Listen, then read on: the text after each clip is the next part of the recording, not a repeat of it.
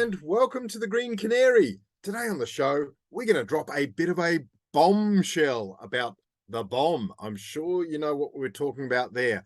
We are also going to talk about the methane pledge, which looks like it's about to be signed. There's more flood news. We say that every week. But this week, we've got a really interesting take on what is happening in the Murray River and surrounds. We've also got some goodish, slowish, almost goodish, I suppose, news on electric vehicles in Australia. We're getting there, sort of. What we're really doing is rewiring Australia, and we're going to talk about the grid. Oh, there is plenty more on the Green Canary this week. Thank you for joining us. I'm Ant Sharwood, and as ever, I am joined by Elfie Scott, who today is the orangest looking person. Elfie, talk us through that top. Okay, so thank you so much for noticing, Ant. You're a fantastic co-host in that you always notice when I'm wearing something either new or have a new haircut. So I really appreciate this. But this is my hydrant orange hoodie. I'm very proud of it. It comes from the so the National Park Service in the US have this fantastic thing where they sell like genuinely fashionable clothing as their merchandise. I don't know if you've ever looked at this before, but they do like collaborations with National Geographic, and they're all based on different national parks around America. It's the nerdiest merchandise you can buy, and it looks sick. So thank you for pointing it out. You look absolutely sick. That's sick in a good way. Others might say otherwise, but I've just had orange on the brain today, Elfie, because look, this is a long and weird tangent, and we really should present a podcast here. But let me just say, the town of Renmark in South Australia, not Denmark, but Renmark, had its wettest ever day on record yesterday. Why is that relevant? Because Renmark is where they grow oranges out along the Murray River. Oh, wow.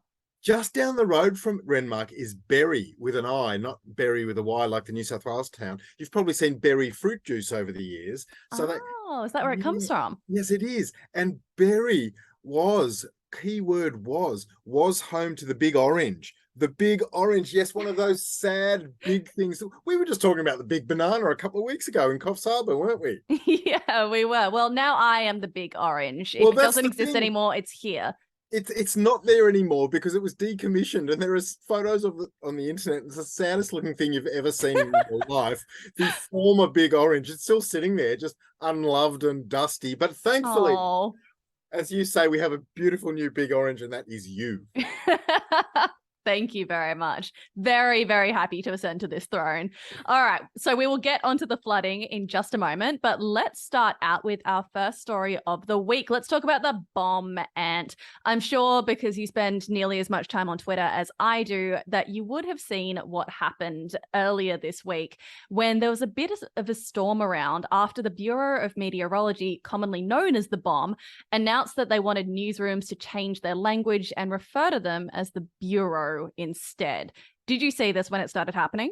I saw it as soon as it started happening, Elfie. And look, normally I'd be the first to weigh in with a devilishly clever take. Let's be honest there. But let's not even be slightly modest. No, it did make me laugh, and it made me cringe in equal amounts.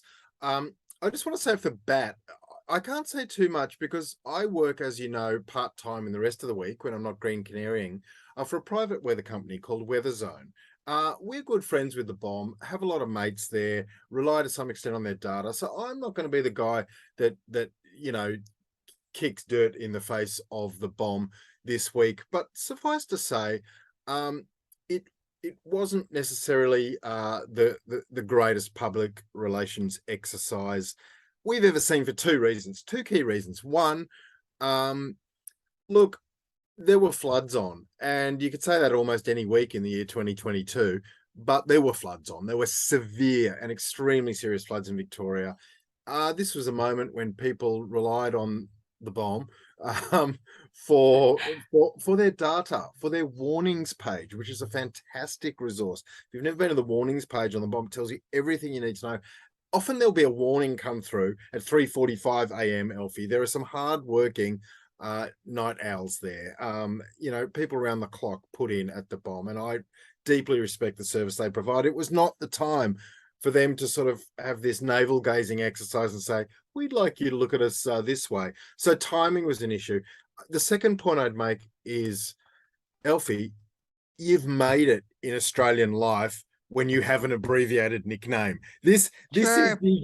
the goal of Australian life. Look at Macca's. I mean, they are McDonald's, but they are known as Macca's, and that is a sign, for better or worse, mostly worse in my opinion, but that is a sign that people like them.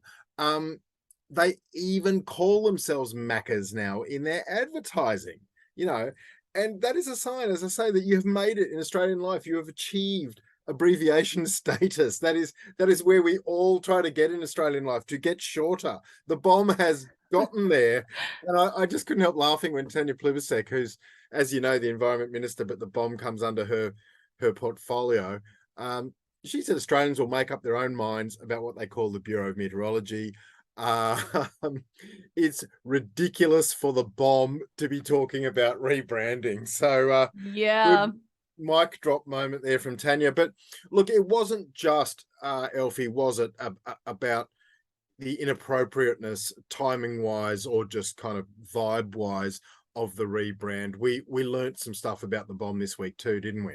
Yes, absolutely. So, what was pointed out rather quickly was that the name change, at least the attempted name change, was possibly symptomatic of bigger issues that were happening at the Bureau of Meteorology. So there was a fantastic piece that was published in the Saturday paper this week by journalist Rick Morton, who investigated exactly what was going on at the Bureau. Now, let's call it that. Why not? Let's give it a little runaround. But basically, Rick Morton was reporting on the huge loss of staff that have left the media and communications division of the bomb in the past 18 months. He talked about the huge amount of money that have been put into this. It seems fairly clear that there is a widespread issue at the Bureau of Meteorology, especially in terms of how they're treating meteorologists themselves. They're closing down divisions across states and territories and have now centralized, and it all just seems like a bit of a giant mess. So this does go far beyond the name itself, and I believe that there are going to be Senate estimates hearings about what has been happening at the bomb shortly to come. So this is going to be an unfolding news story. And I really think that it is one of those things that does make you reflect on just generally how Australia treats its scientific institutions. And I think it'll be really fascinating to see what comes out of this and whether or not the staff who have been there start to be treated a little bit better. Yeah, and I guess my final word would be that the paw prints of the previous government are to some extent there through the CEO and director Andrew Johnson. He was an appointee in 2016, I believe, and he's a scientist. I wouldn't call Andrew Johnson a climate denier, nothing like that, but he had a lot of friends in the previous government whom we might categorize very loosely as climate unfriendly. And I don't think the bomb has been as climate friendly in many ways as it might have been. There has been evidence unearthed that the words climate change are not to be used in certain communications, not to be used by sort of duty forecasters, which is what they call just the average sort of bomb employee giving you a forecast. So there are cultural issues there. These were exposed this week. It's an interesting story, just sociologically, and marketing perspective, but there is very much an environmental perspective to it, which is what we're talking to, which is why we're talking about this story, which is, have we, the Australian public who pay the taxes of everyone who works at the bomb, have we been given enough climate information with our weather on a day-to-day basis? We'll find out with those hearings. Yeah, very, very interesting. Okay, moving on. Let's talk about the Rewiring Australia plan and what is happening with it. So we thought we would just give you a little bit of an update on what the Albanese government is actually doing right now. So for those of you who remember, there was the Albanese government plan to rewire Australia, basically making it more friendly for renewables. That was launched at the end of last year. And now it seems like everything is kind of just kicking off, like the funding is actually being allocated. So, Ant, do you mind walking me through what we are seeing and the sort of projects that are actually being funded by that cash? Well, I'm excited, Elfie, by the Marinus link. And that's going to be a connection between Tasmania and Victoria, which is, absolutely fantastic. We know that Tassie has essentially 100% renewables, mostly because of all the hydro over there. Mm. It could get up to 200%, and it could distribute all that extra energy to the mainland. So that is very, very exciting. Now, some of that will rely also on offshore wind, I believe. Although there are concerns about that, aren't there, Elfie? I think Bob Brown had a little spoke out this week about a giant wind project that's going to be built. Is it on an island or just off an island? Anyway, it's just off the Tassie coast. He's worried about the birds, isn't he? Yeah. So he has expressed concern about this particular wind project a couple of times. I think it went back to like 2019 when this was sort of initially being planned. But he said that, it could impact native endangered bird species. Whether or not it does, I haven't actually looked into that data yet about wind farms yet. I know that there is some concern about that.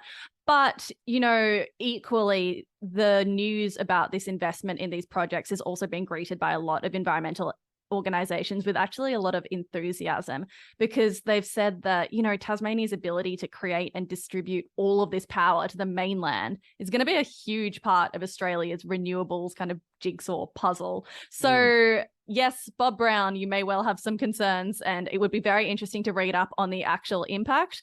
But for the moment, it just seems like some exciting stuff is happening with Rewiring Australia.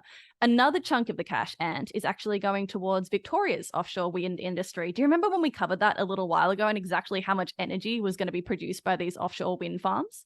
I have a feeling you're about to tell me, but what did shock me at the time was that we didn't have offshore wind. And there might be some people who listen to the pod and go, how could you not know that? Well, it just seemed to me like something we kind of should have or should have had as part of our mix. I was absolutely stunned to learn that Australia has no offshore wind projects. So you tell me how much. Oh, God. No, I didn't actually write the number down. It's a lot though, isn't it? It was a lot. It was a huge amount of energy. It was just wild because like off the coast of Victoria down south, there is so much wind in that ocean. Like it is a particularly harsh and severe part of the ocean that's pushing all this wind around. And basically there are wind farms that are going to crop up there that are going to replace Victoria's coal plants, especially when you think about, Loy Yang A, which we spoke about a couple of weeks ago, closing a decade earlier than thought. These wind farms are going to step in and actually cover the grid in that respect. So it's happening. It is, and it's great. And the weather nerd inside me, well, he doesn't really live inside me. I think he lives on the outside of me. Aren't you just the weather nerd? I don't think that there is like an alter ego here. But that person wants to talk about the natural enormous wind funnel that is Bass Strait, the body of water between Tasmania and Victoria, because you've got this system of storms that run around the globe all year long at that latitude, but they sort of get funneled and made extra strong as they go through Bass Strait. So it is a natural spot for wind farms. So let's see what happens there. But it's good that Australia is being rewired, given that we have a Rewiring Australian program. So onwards. Yeah, absolutely. All right, Ant, flooding. We've got to get back into this because this is another headline story this week. Can you tell me what's going on? Look, I'm mindful that I don't want to make a pod that lasts 27 hours. But there has been flooding in Queensland over the weekend. There was flooding in South Australia. There was flooding last week and the week before in Tasmania and Victoria. There is flooding in New South Wales from the northern rivers to the sort of outback regions on the Darling River. There is flooding bloody everywhere. That's your headline. Where all of these, almost all of the rivers are flooding, all flow into the Murray-Darling Basin. The Murray-Darling Basin is the size of Spain and France combined. It is a vast area into which most of the rivers that are flooding at the moment flow. Is that true? It's the size of Spain and France? Yes. Whoa. It's a big area. So many rivers flow into the Murray. And as I say, they're almost all flooding. Echuca's copping it, as we know, in Victoria at the moment. Now they've just gotten higher than the 93 flood. They may get yet higher than the 1916 flood. That'd make it, the biggest flood in 100 years. It's it's not quite unprecedented, but in terms of the single height at any one location, but in terms of the geographical area, the wideness, just the huge area covered by these floodwaters, that really is something that we haven't seen before. Look, anyway, we've talked about this from a climate perspective before. We've talked about how a warmer atmosphere and warmer oceans. There was a study we looked at this week, wasn't there, Elfie? That in one of the nature journals that talked about parts of the ocean have warmed by as much as 2 degrees, and that's we've seen the Coral Sea be more than a degree above normal for much of the last 12 months. All of this with the La Nina bringing the winds on from there make these strong systems more likely to be stronger. Anyway, but let's talk about the rivers themselves today. I spoke for our interview this week with Matt Herring. Now, we had a chat to Matt earlier this year about flooding on the Murrumbidgee early in January. Matt runs a consultancy. He's an ecologist, but he runs a consultancy called murraywildlife.com.au. Absolutely fascinating fella. He actually works with farmers, helping them farm sustainably along the Murray and similar rivers. He knows about the ecology of our river systems. There's nothing he doesn't know about the Murray River. So here am I looking at the Murray being inundated with rivers from all angles. And I thought, I just need to speak to Matt Herring. The listeners need to hear from Matt Herring. I pretty much just made it an open interview and said, Matt, what's going on at the Murray River? What can you tell us? So let's roll the interview. Well, Matt Herring, wildlife ecologist and Murray-Darling Basin guru, I think it's fair to say. Have you ever seen so much rain in the Murray-Darling Basin? Gee, that's a good question.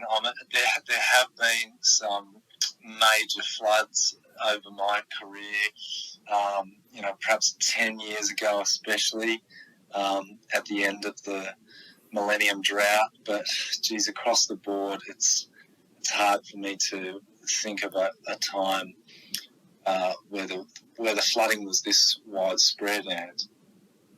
And so it's not just the Murray River itself. It's all of the tributaries. And usually you'd get the rain maybe on the Goulburn River and the Campaspe and that side, the Victorian side, which we got in spades a couple of weeks ago.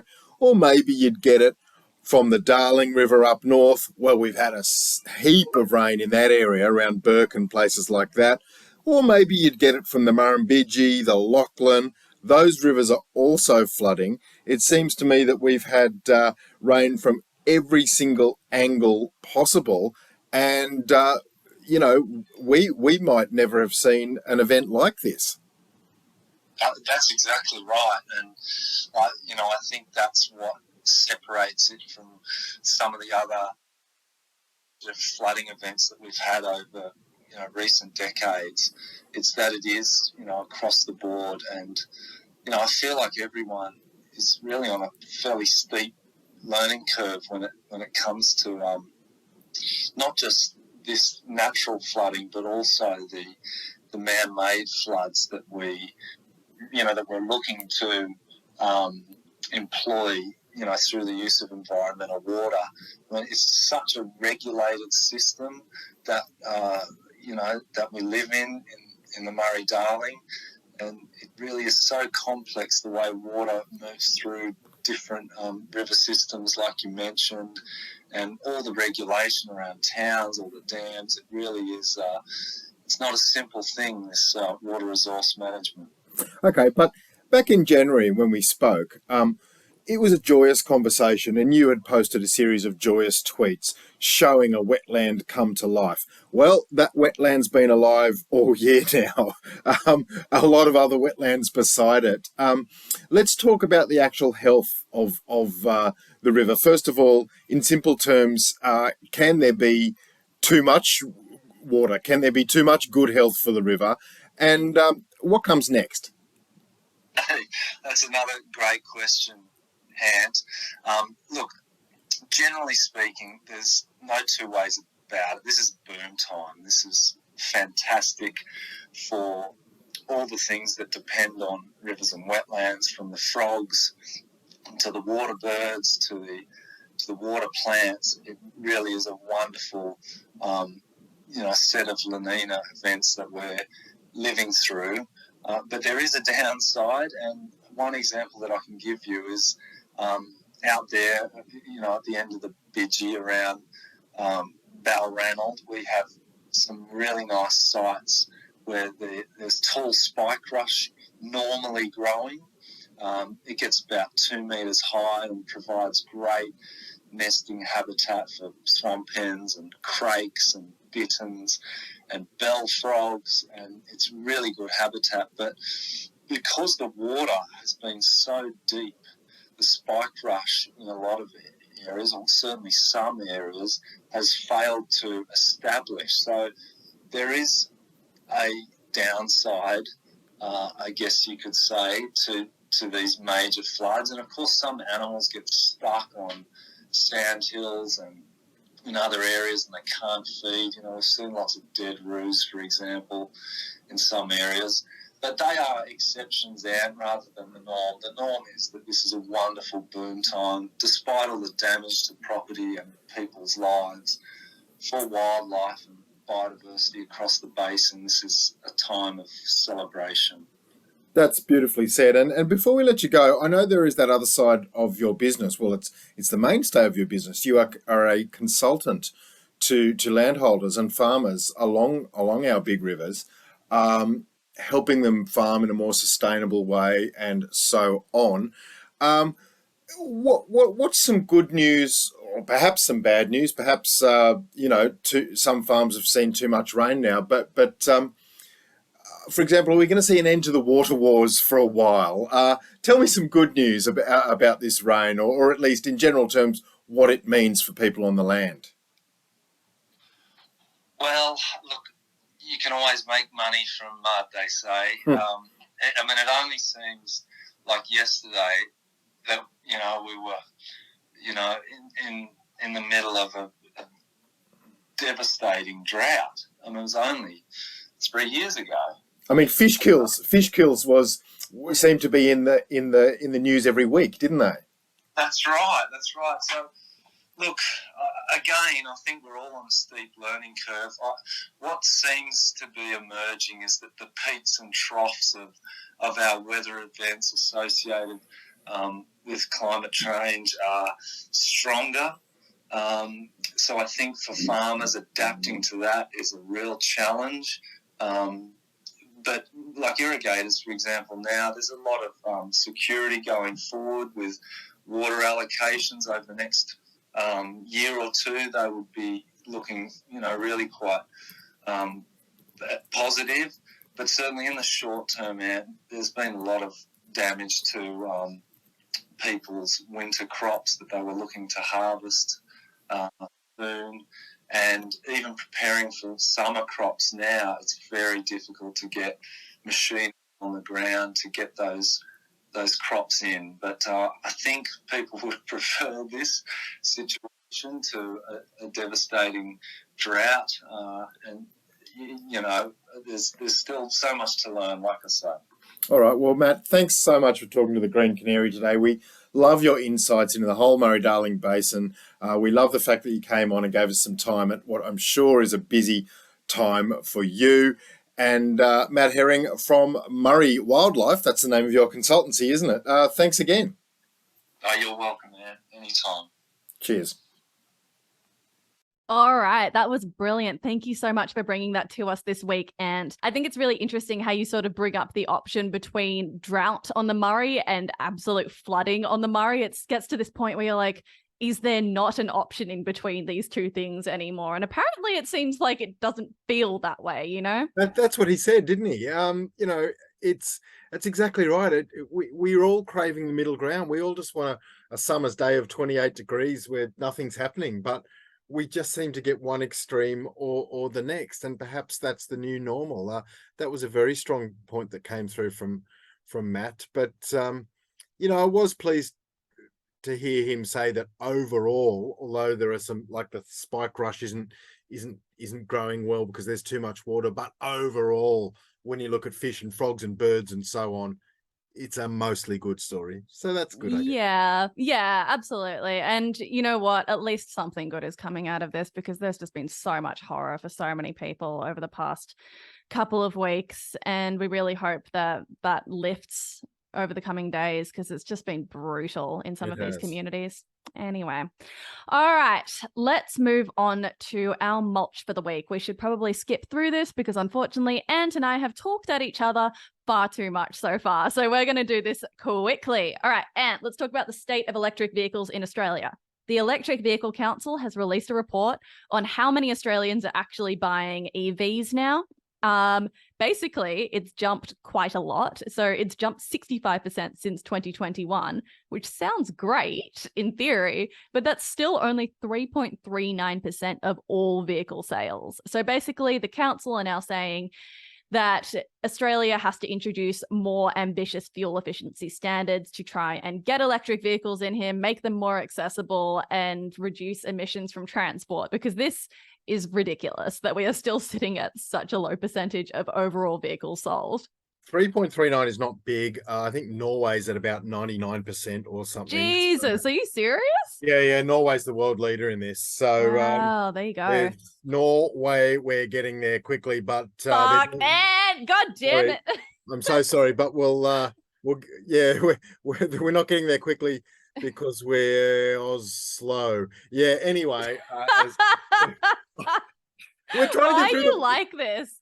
All right, go on to the wildfire story, because I can't deal with the puns anymore. Yeah, and look, by the way, before we do, just go and listen to our pod, everybody. 2 weeks ago, we spoke to people from the Good Car Company. They're in Tasmania, and they are bringing cheap EVs to Australia. So we talk about this bloody low 3.39% of all vehicle sales that EVs constitute, but these guys are doing their bit to make it a lot higher, a lot quicker. Anyway, all right, wildfire emission study. I love that you found this, Elfie. This is a fascinating story that you found. You comb the journals. I just imagine you nerdily sitting at home. If you think I'm a weather nerd. I do not comb the journals. It's okay. Don't worry. You comb the journals. Just admit it. Own it. Be the person you are. Be the orange wearing person who combs journals. Now, Elfie, this is a journal study in a thing called Science Direct. It looked at the emissions from wildfires, blew my mind. We're talking Californian wildfires here, and we know that I think in 3 of the last 4 northern summers, they've had unbelievably severe Californian wildfires. The news shocked me. The emissions caused by the fires, just one season, the 2020 fires, were equivalent to the emissions that had been reduced by California in the previous 17 years. So It's like all the good work they're doing.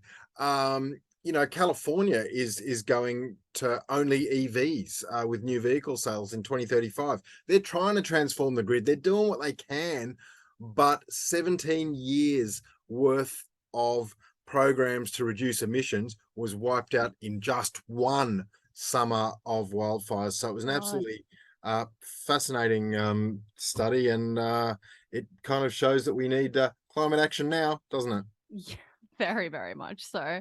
My God. Okay. And speaking of some climate action now, this is interesting. The Albanese government have finally confirmed that they will be committing to the methane pledge to reduce emissions by 30% this decade. It has happened.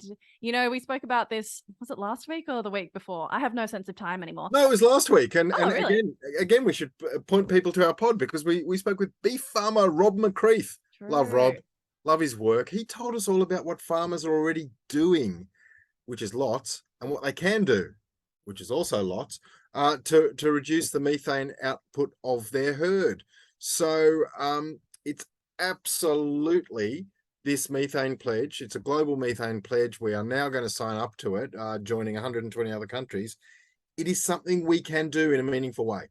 Yes, fantastic. I love to see it. And I think that COP27 hopefully will have some better announcements than perhaps COP26 last year. We'll find out. All right. Before we head off today, we would like to acknowledge, as ever, the traditional custodians of the land on which we're recording, the Gadigal people of the Eora Nation. We'd like to pay our respect to elders past and present and acknowledge that this land was stolen, never ceded. Thank you, Elfie. Well said as ever. And I'd just like to violently threaten you all that if It's you don't happening follow again. us on Twitter, something terrible may befall you. We are at Green Canary Pod on Twitter. We are at Green Canary Media on Instagram.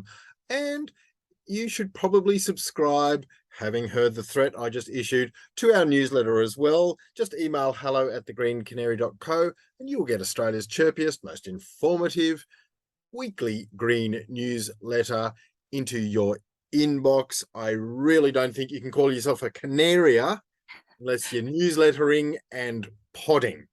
And Elfie, like the big orange, I think we're done. Great segue. All right. Bye, everyone. See you next time. Bye.